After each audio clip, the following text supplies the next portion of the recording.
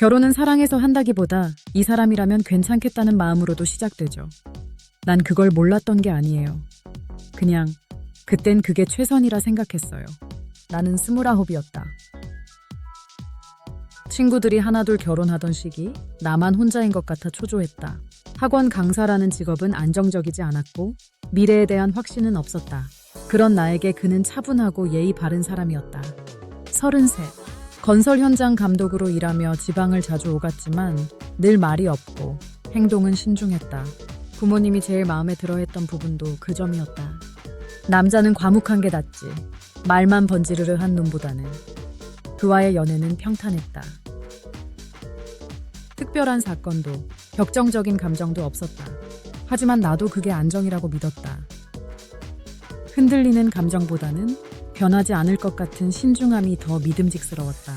결혼을 결심한 이유도 바로 그 안정감 때문이었다. 결혼식은 소박했다. 양가에서 반씩 돈을 보태 전세를 얻었고 남편은 대출도 감수했다. 나는 그게 고마웠다. 부모님 앞에서 제가 책임지겠습니다 라고 말하던 그의 목소리가 아직도 기억난다. 그 순간만큼은 나도 믿었다. 이 사람이라면 같이 살아갈 수 있을 거라고. 하지만 그 같이라는 말은 참 애매한 말이었다. 결혼 후 몇 달은 분명히 같이였다. 주말이면 함께 마트를 가고 함께 저녁을 차렸다. TV를 보며 웃었고 가끔은 서로의 일에 대해 이야기하며 조언도 했다. 그런데 그의 말수가 줄어들기 시작했다. 처음엔 일이 힘들어서 그런 줄 알았다. 어느 날은 야근이 겹쳐 새벽 1시에 들어왔고 다음 날도 피곤하다며 늦게까지 자더니 이후로는 일상적인 대화도 줄어들었다. 나는 그럴수록 더 말을 걸었고 그는 그럴수록 더 말을 줄였다. 오늘 현장은 어땠어? 그냥 뭐 그랬지. 그게 전부였다.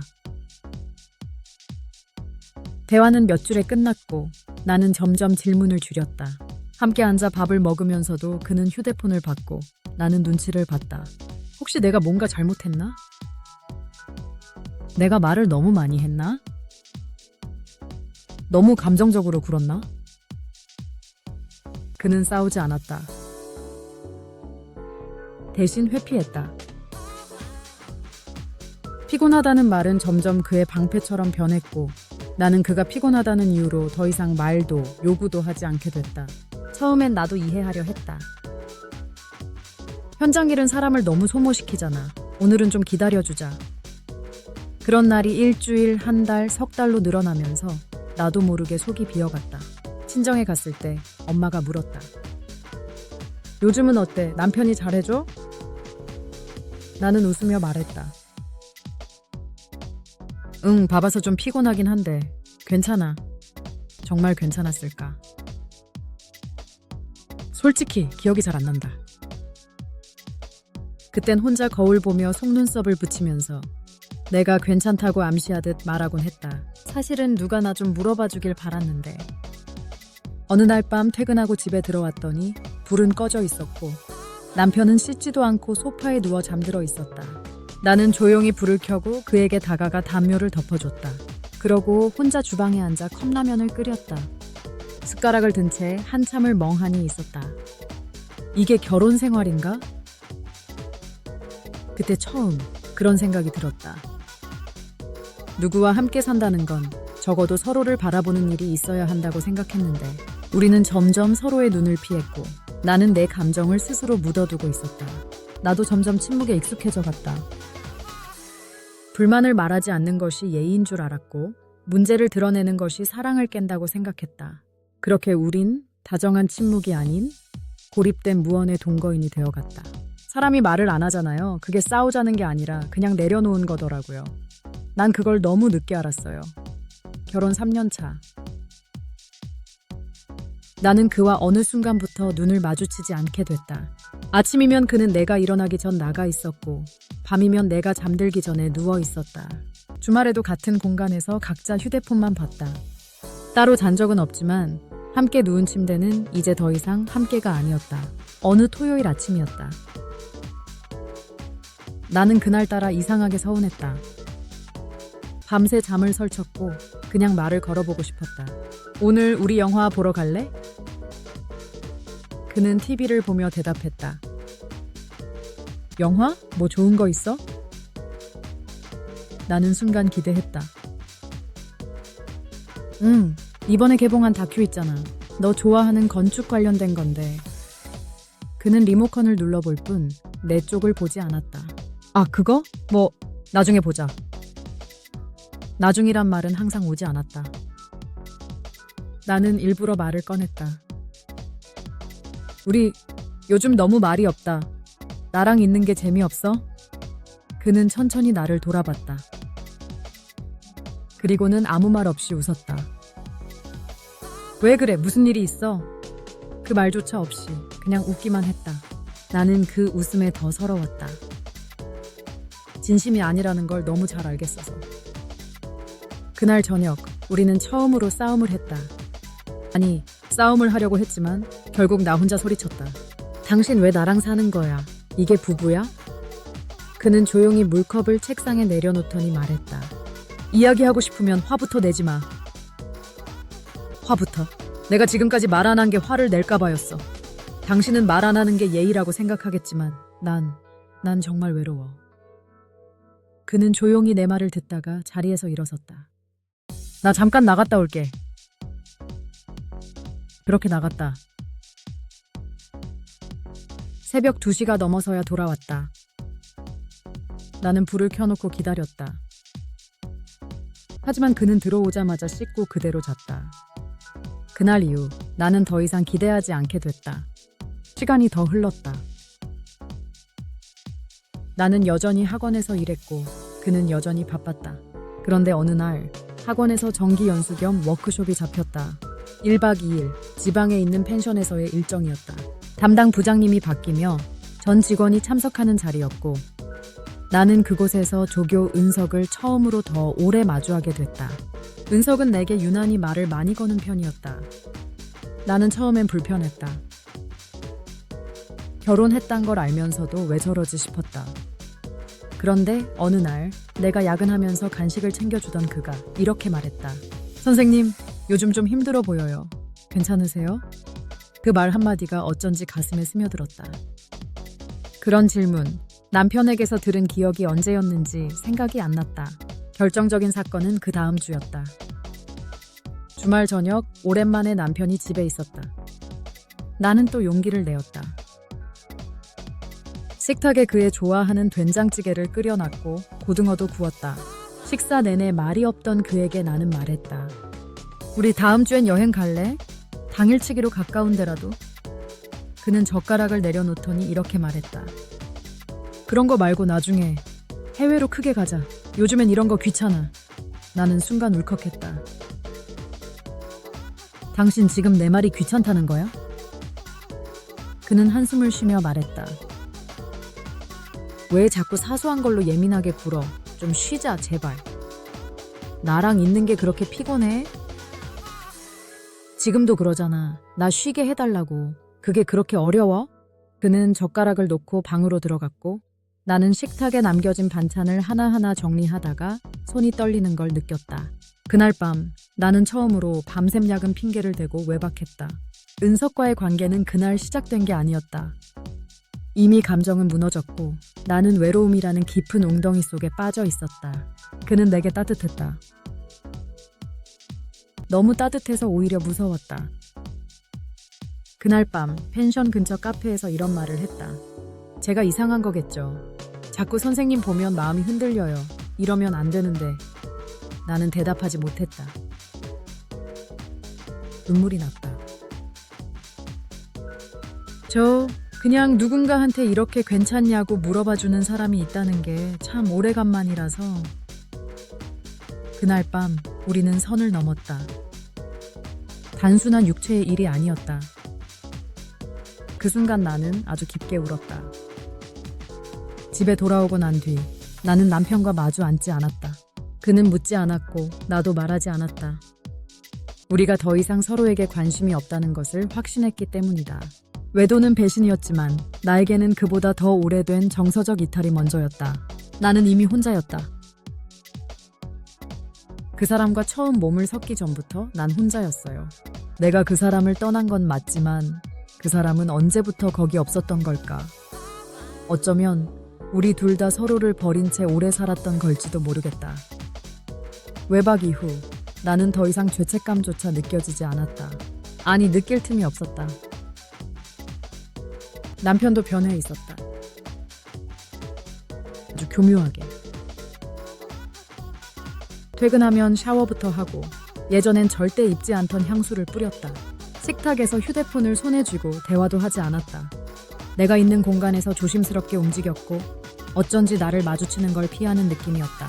나는 처음엔 긴장했다. 혹시 들켰을까? 눈치챘을까?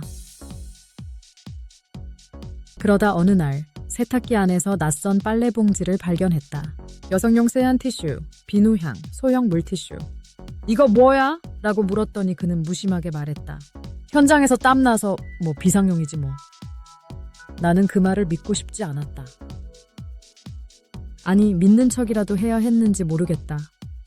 하지만 그 순간 깨달았다. 나만 선을 넘은 게 아니라는 걸.